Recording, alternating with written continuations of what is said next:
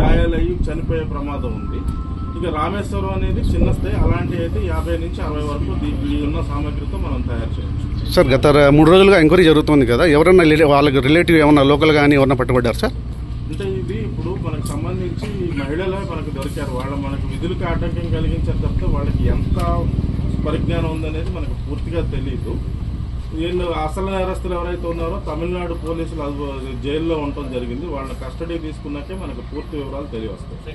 పెళ్లి చేసుకోవటానికి లేకపోతే వీళ్ళు ఇక్కడ వచ్చి బస్ చేయడానికి ఖచ్చితంగా ఎవరో ఒకరు సహకారం లేకుండా అయితే రారు. అది ఎవరనేది మనం వాళ్ళ కస్టడీలో తీసుకున్న తర్వాత మనం చెప్పగలం.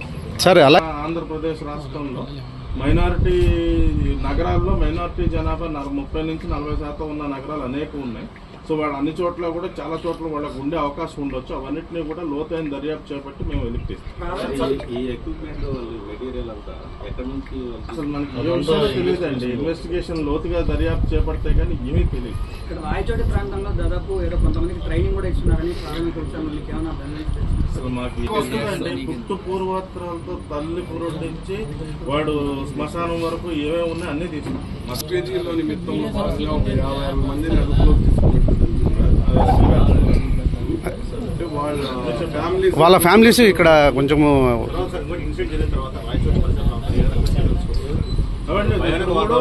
ఇప్పుడు ఏదైతే వీళ్ళు ఉన్నారో వీళ్ళంతా హదీస్ శాఖ. ఇప్పుడు ఈ మైనారిటీలో 3 రకాల మసీదులు ఉంటాయండి, నాకు తెలిసి ఇంకా ఉండొచ్చు.